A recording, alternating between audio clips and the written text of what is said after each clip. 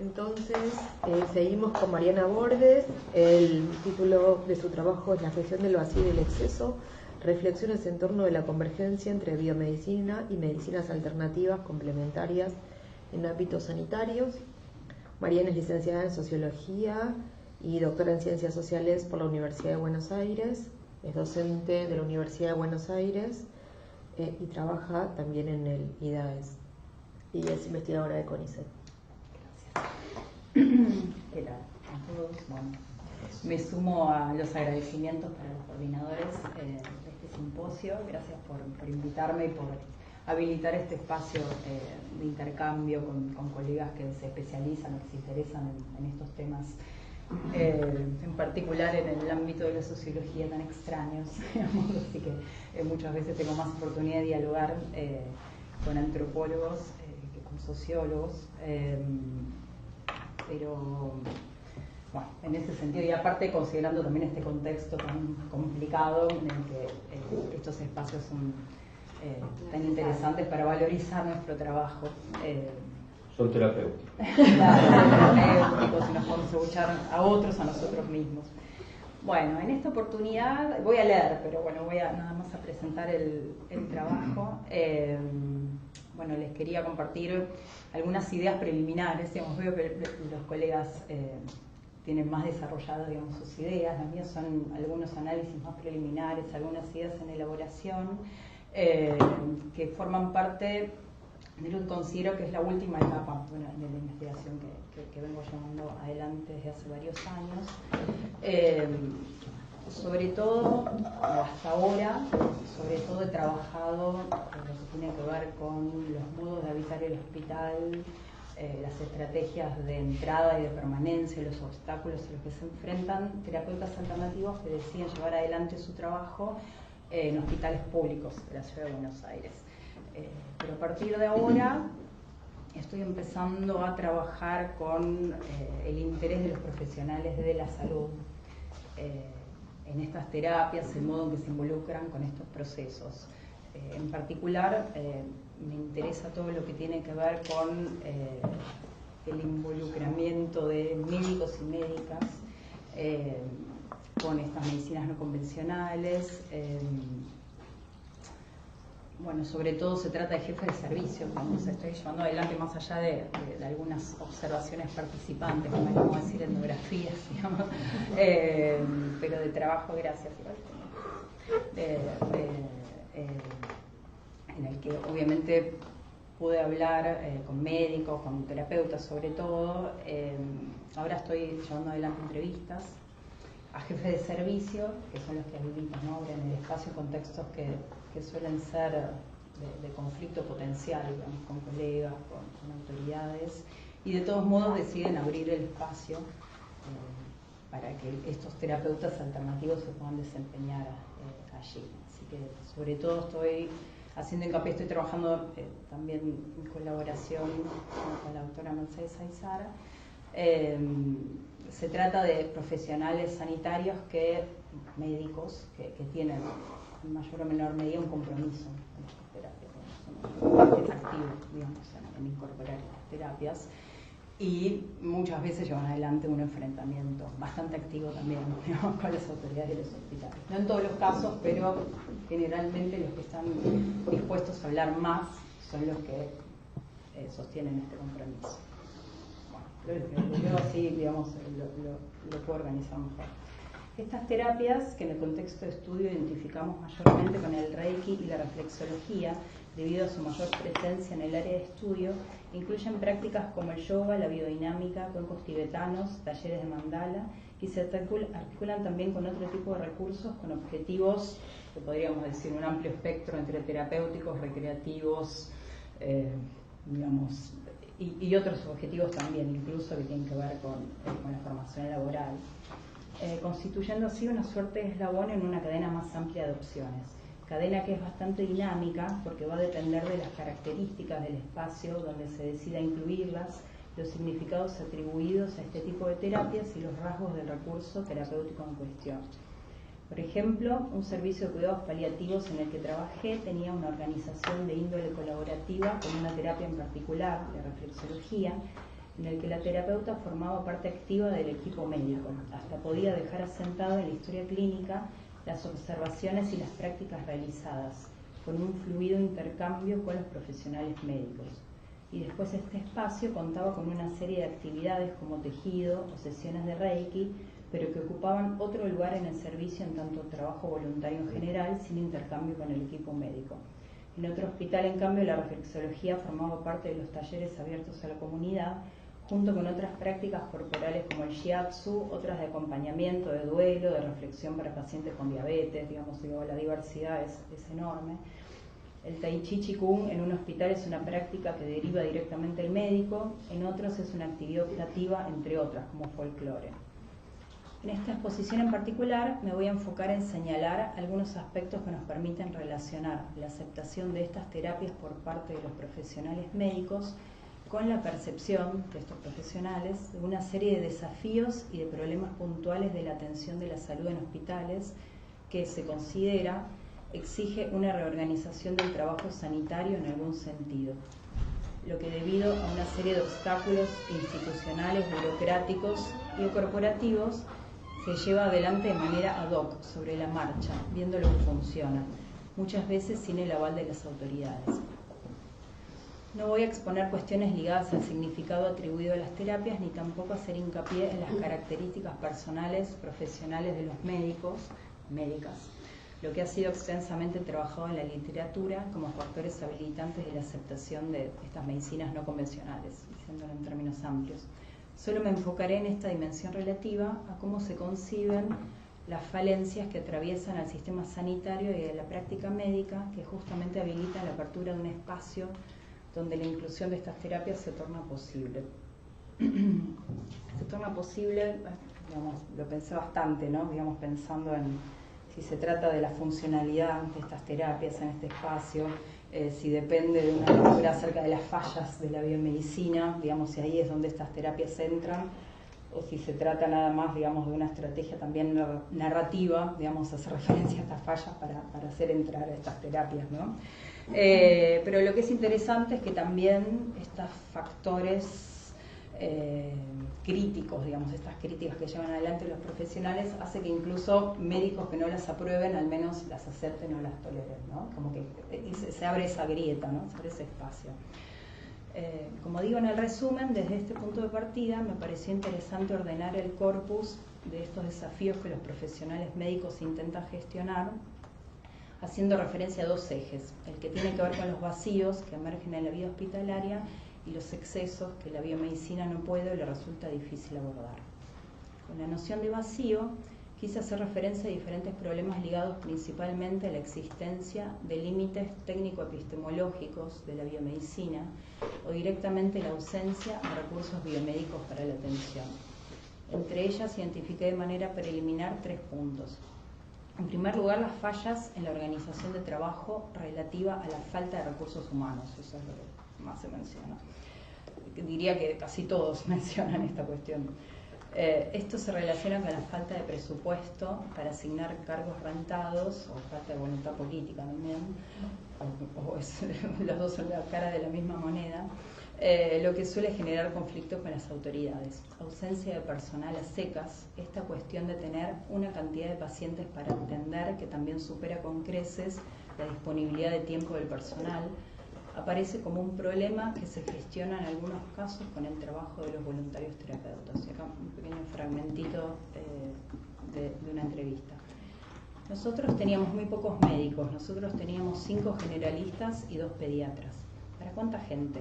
30.000. Esa era nuestra dotación de profesionales médicos. Así que dije, si no tenemos médicos, tenemos que tener gente que nos ayude a poder solucionar algún tipo de problema, por más que tenga que ver con el bienestar, con sentirse mejor. Así empezamos. Ahí le digo a si le interesa, ahora lo explico. Y Mariana P., que es la médica generalista, que yo ya sabía que ella hacía fitoterapia, astrología, que tenía una beta así interesante, yo le dije, yo me imagino un consultorio con A y con vos. Y se quedó. Pero eso es ilegal. No es ilegal, es legítimo. Bueno, este es el caso de una médica que trabaja en un CESAC, digamos que es el único espacio, digamos, como no estrictamente hospitalario con el que trabajamos, que al momento de la entrevista tenía una oferta enorme, digamos, tenía también Reiki, reflexología y distintos talleres, digamos, de hierbas medicinales, digamos, trataba de armar grupos, digamos, sobre todo con las vecinas del barrio. Y este fragmento hace referencia a que quería armar, y de hecho lo armó, un consultorio con un curandero, digamos, del barrio y con una médica generalista, digamos, una médica clínica, digamos, que funcionaba, digamos, y ya en algún punto, como suele pasar, digamos, que tiene que ver con esta cuestión tan personalista de cómo se establecen las relaciones con las autoridades hospitalarias y estos jefes directora del CESAC en este caso, pero jefes de servicio que hacen lo mismo, que si tienen buena relación con el director y el director le parece que estas prácticas están bien, les dan el ok, digamos. Y a veces pasa que el director no quiere saber nada y que le parece que esto es un desastre, que roza la brujería. Bueno, más o menos, digamos, porque a veces lo dicen así. Le dice, bueno, salí de acá, andate, haz lo que quieras. Eso también pasa, digamos, en las dos. Puede ser que tengan, digamos, como que el director lo avale, como pasa, bueno, no es un secreto, digamos, en el hospital de clínicas, en el que es tiene una presencia enorme la reflexología, en particular el equipo, en el que tenían una relación personal con el director, después ese director murió y vino otro director, pero algo que suele pasar, que después se caen, digamos, los talleres, si la persona que los habilitaba pierde, o sea, no sigue en el cargo, bueno, en este caso muere, pero continuó, digamos, ya está, como que logró algún tipo de grado de institucionalización, más allá de que son voluntarios, digamos, no tienen ningún cargo formalizado finalmente en el hospital, ¿no? Bueno, el segundo punto al que quería hacer referencia es una segunda dimensión que tiene que ver con el modo en que los profesionales perciben los límites técnico-epistemológicos, como ya había adelantado, del enfoque convencional. Es interesante, analizando las entrevistas de médicos y médicas, que estas percepciones se van construyendo a partir de la experiencia acumulada de atención, considerando los contextos clínicos específicos, los perfiles de los pacientes y el conocimiento ganado en relación con la especialidad. Por eso registramos un proceso de identificación de problemas inesperados, si se quiere, y el inicio de un camino de búsqueda, un poco como el de los propios pacientes también, donde los límites percibidos son el motor de una serie de exploraciones diversas para dar con opciones viables para la atención.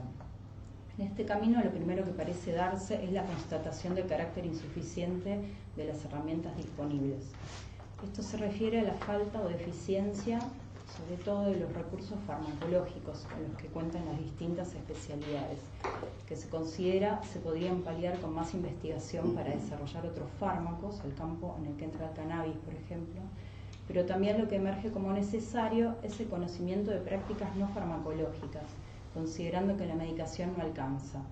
Y acá es cuando adquieren relevancia, bueno, las alternativas. Un caso muy interesante es el de una médica anestesista que trabajó y luego coordinó durante más de 10 años un centro de tratamiento de dolor en un hospital público de Cava. En este caso se combina la falta de recursos humanos médicos, ya que nunca contaron con más de 2 médicos para atender aproximadamente unos 1.500 pacientes, con un tipo de afección que es el dolor crónico, que enfrenta no solo una reducida disponibilidad de medicamentos específicos para gestionarlo, sino que se trata de una dolencia caleidoscópica, como indica el informante, muy compleja, que excede la posibilidad de tratarla con fármacos. En particular, ella distingue dolor de sufrimiento. A partir de una búsqueda de referencias teóricas a nivel internacional, búsquedas que hace con el equipo, comienza a ensayar estrategias para trabajar las diferentes caras del padecimiento. Acá un fragmentito, 2. Yo tenía la consulta y decía, genial, el dolor va a andar con tal cosa. Le decía, te voy a dar tal medicamento que se llama tal. Y me respondía, ya lo probé, no me hizo nada. Entonces, cuando ya tomaron los 5 medicamentos o las 5 técnicas que uno cree que ya pueden dar, bueno, ahí se te cae todo, la luz, me decía. Son muy pocos, los recursos farmacológicos son muy pocos. Además que el entorno emocional que tiene el dolor, la subjetividad emocional, no te permite tampoco. Dice, primero, es importante que separen dolor de sufrimiento. En el grupo de tratamiento preguntamos, ¿vos qué sentís? El paciente ahí te cuenta todo mezclado. Bueno, ahora vamos a separar el dolor físico del sufrimiento. Entonces el paciente empieza a informarse de que tiene órganos, de que tiene alma, que tiene otros componentes. Se informa. El paciente informado es otra cosa, entonces le empezás a decir, para el dolor físico me tomo el tramadol, la psicodona, pero para el sufrimiento no sirve. El sufrimiento no se le va a pasar con esa pastilla, sino cuando empieza a aceptar ese sufrimiento, por qué es, y ahí es donde también los derivan a un grupo de afrontamiento, ¿no? En un contexto de profunda dificultad, en conflictividad constante con la dirección del hospital y trabajando con un grupo de pacientes a los que define como rotos, de los que por su situación de vulnerabilidad todo les venía bien, ¿no? Pero eso también es algo que parece mucho, que todo les viene bien. Digamos, los pacientes desesperados van a todo lo que les ofrecen, digamos. Comienza a incorporar profesionales bajo la modalidad de pasantías, kinesiólogos, psicólogos, terapistas ocupacionales, médicos osteópatas y otros terapeutas como voluntarios, que son acupuntores, suma yoga, reiki y reflexología en una dinámica de alta rotación, ¿no? Porque las pasantías también terminan y los voluntarios se van, digamos, importa destacar que la médica comienza su camino de incursión en la práctica de terapias holísticas a partir de los problemas que identifica con sus pacientes y no a la inversa. Otros profesionales del campo de la salud mental, como es el caso de otra de nuestras informantes, expone también estos límites, ¿no? Para tratar trastornos psiquiátricos en este caso. Esta médica psiquiatra organiza una serie de talleres asociados al servicio de psicopatología de un hospital público que se encuentran abiertos también a la comunidad. En su narrativa aparecen articuladas, por un lado, la idea de que la medicación presenta límites claros para el tratamiento debido a sus efectos secundarios y, por otro lado, la valoración de los recursos no farmacológicos, no biomédicos e incluso no ligados al ámbito de la expertise de la psiquiatría o de la psicología. Recursos ligados al trabajo directo con el cuerpo, ¿no? Pues acá también un par de fragmentos. Dice, en el último Congreso Internacional de Psiquiatría se animaron a poner el énfasis en lo que se llama síndrome metabólico en los pacientes producto de las últimas medicaciones, que son una maravilla, el Midax, la olanzapina, pero los pacientes los pone hiperobesos, y aunque no lleguen a hiperobesos, pero con 20 kilos más, que sube el colesterol, los triglicéridos, la hipertensión, hacen diabetes, quedan reventados, quedan tan enfermos, cuando todo el mundo muy suelto de cuerpo medica todo eso. A mí nadie me dijo, hace tal cosa o hace homeopatía. Yo me iba dando cuenta de que algo pasaba, uno no se puede cerrar. El recorrido mío ha sido darme cuenta de que hay muchas cosas que están más allá de lo biomédico, de las explicaciones científicas. Yo puedo mejorar el sistema inmunitario a través de la alegría, del baile, a través de todo lo que le da alegría a la gente, de la actividad física. Yo cada vez estoy más convencida, menos hablar y más actividad física, más tai chi, más yoga, más bioenergética, más biodanzas. Fíjate que tengo tango, danzas circulares. Dice, ahora voy a buscar una persona que está acá, que se vino a ofrecer hace mucho para hacer danzas árabes, pero yo dije, no estoy tan chiflada. Los colegas me van a decir que estoy loca. En esta narrativa se registra una extrema riqueza de experiencias, su amistad con una médica sanitarista que implementa talleres, ¿no? En la que ve que la gente mejora antes y mejor que en las consultas psicológicas, digamos, de uno a uno, un curso de meditación, relajación con un sacerdote, una experiencia con hipnosis, homeopatía, con prácticas y creencias religiosas diferentes a la suya, como la recitación de mantras, formación en Gestalt, todo lo relativo a psicoterapias. Y hago otro fragmentito que no tiene desperdicio. Yo me asusté, dije, ay Dios mío, ¿qué estaré haciendo? ¿Qué habré hecho? Cuando una paciente le dice que todo lo que ella estaba ofreciendo le había servido un montón cuando recién empieza. Digamos, aunque fue un efecto positivo tan contundente, ¿qué hice? Entonces, claro, esas fueron las semillas para que yo me dé cuenta de que hay algo. Pero siempre hay mucho guardado y no lo contaba a nadie, porque a ver qué me van a decir. Yo con mucho miedo y yo también frente a mis colegas sin poder decir lo que estábamos haciendo, porque ni yo me lo creía. En los casos señalados, la tecnología biomédica parece como insuficiente ante los otros aspectos de la enfermedad, requiriendo repensar los modos convencionales de encararla, complementándolas o pensando en nuevas formas de organizar el tratamiento. Por falta de eficacia, por los efectos secundarios que generan, los efectos iatrogénicos de la medicina convencional. Todo esto nos remite al esfuerzo de los profesionales por incluir aspectos que van quedando por fuera de la matriz de inteligibilidad de los modos ortodoxos de encarar los padecimientos en cuestión. Bueno, más o menos tratando, me queda muy poco igual. El segundo eje, ¿no?, tenía que ver con el exceso, ¿no?, que tendría que ver con todo aquello que expresa todo lo relacionado con el mundo de la vida del paciente y su experiencia de la enfermedad. Aquí también se puede hacer referencia a los dualismos que atraviesan a la biomedicina y que impactan sobre todo en lo que hace a su modo de relacionarse con la subjetividad del paciente y con su voz en el espacio de la consulta. En este sentido, resultó interesante observar que las medicinas no convencionales son concebidas en muchas ocasiones como un recurso viable a la hora de gestionar situaciones específicas que exceden la expertise formal del profesional médico, las destrezas asociadas al diagnóstico o tratamiento de un individuo objetivado en tanto cuerpo biológico, y que tiene que ver con situaciones de demanda, incluso de desborde, que se puede dar en términos de grupo o en la consulta individual. Y acá también distinguir 3 puntos. En el primero podemos mencionar el problema que representan muchas veces los pacientes en la sala de espera y la situación de queja que genera. En el caso de la sala de tratamiento de dolor, porque ahí estuve bastante tiempo, la ansiedad que traen y expresan bajo el formato de quejas constantes a viva voz que se multiplican por parte de los pacientes, es gestionada de manera explícita por parte de la doctora gracias a la intervención de los terapeutas de Reiki, terapia que adquiere relevancia como espacio generador de tranquilidad. La reikista suele dejar su celular con música cuando va afuera, ¿no?, enciende el celular y pone música para la relajación. Bueno, de hecho, los pacientes asisten a las sesiones antes de la atención con el equipo médico, digamos, justamente cuando son pacientes muy exigentes. Y de hecho, en este contexto podría decirse que el malestar se desplaza, en el sentido de que los pacientes preguntan si pueden anotarse en la lista para recibir Reiki, se generan muchos reclamos si no hay un lugar disponible. Otras veces el malestar no está manifiesto, pero la terapia aparece como un recurso valioso para gestionar el tiempo de espera entre consultas.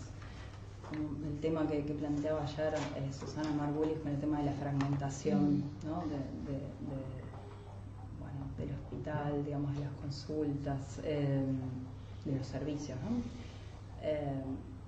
Como ocurre en otros servicios de cuidados paliativos y tratamiento de dolor, donde la atención interdisciplinaria puede tomarla al paciente y a su familia varias horas, ¿no? De repente va el paciente y la familia, se tienen que atender con distintos especialistas y de repente está 6 horas, entonces en algún tiempo sin atenderse con nadie, bueno, ahí quizás tienen algún reflexólogo, un reikista que los atiende ese ratito. También se toma el espacio de medicinas no convencionales en los términos que se plantea en la división del trabajo sanitario en general. Acá, como planteabas vos, digamos, el médico para el diagnóstico, la definición del tratamiento y la prescripción de medicación, y las otras terapias pasibles de hacer foco en todo lo demás, la dimensión psicológica, emocional, corporal. A veces, ni siquiera tienen un cargo rentado para psicólogos, entonces, el voluntario sirve para tal efecto, aunque obviamente sin hablar, ¿no? Para no... Ahí ya termino. También aparece el problema de la insuficiencia del espacio de la consulta y su temporalidad, tanto para abarcar las necesidades del paciente como también para incluir cuestiones ligadas con la prevención o con la posibilidad de reforzar la adherencia a tratamientos biomédicos. Entonces, otra médica que decía, una cosa es el paciente agudo, para el cual no vendrían mal en algunos casos estas terapias, pero para el paciente crónico nosotros convivimos con el paciente crónico. Yo tengo pacientes de hace 20 años que los sigo viendo, y a veces la consulta clínica que se maneja en el tiempo clínico, tanto del hospital como una prepaga, obras sociales, queda corta por el tiempo del que se dispone, para atender a todas las cuestiones sociopsicológicas que el paciente va a presentar. Entonces esta médica también desarrolla como un dispositivo, para usar esa terminología que se usa en espacios hospitalarios, con distintas opciones, ¿no? Para que los pacientes también puedan estar en esos otros momentos, porque digo que a veces el paciente crónico empieza a habitar también el hospital, ¿no? Incluso a deambular en el hospital, digamos, va cuando no tiene consulta, digo, como que son todos problemas que los exceden a los médicos, o al menos existe esa desesperación. Así que, bueno, para darle un cierre a esta exposición, tengo un montón de interrogantes también, digamos, más que certezas. Falta todavía entrevistar a muchos profesionales. Pero bueno, quizás como me interesaba repensar el modo en que estos excesos y los vacíos se entrecruzan y complementan también, porque en algún punto todo tiene que ver con todo, digo, lo que es un vacío en algún punto también contiene un exceso al mismo tiempo. O esto que les decía antes, que si estos intersticios se abren a partir de las fallas de la biomedicina, o si la referencia a estas fallas también constituye una estrategia narrativa, o si se dan las dos cosas al mismo tiempo, en pos de dar lugar a otras lógicas de atención que se valoran positivamente. Pero bueno, también como en la línea que se planteaba ayer, como la biomedicina, lo cual a veces quizás contraponiéndola a otros modos de concebir la enfermedad y la atención, aparecería como un campo homogéneo, digamos, sin fisuras y bueno, obviamente, digamos, no es la biomedicina no es lo mismo que el campo de la medicina oficial, ¿no? No sé, como que hay tensiones, muchas contradicciones que las estabilizan.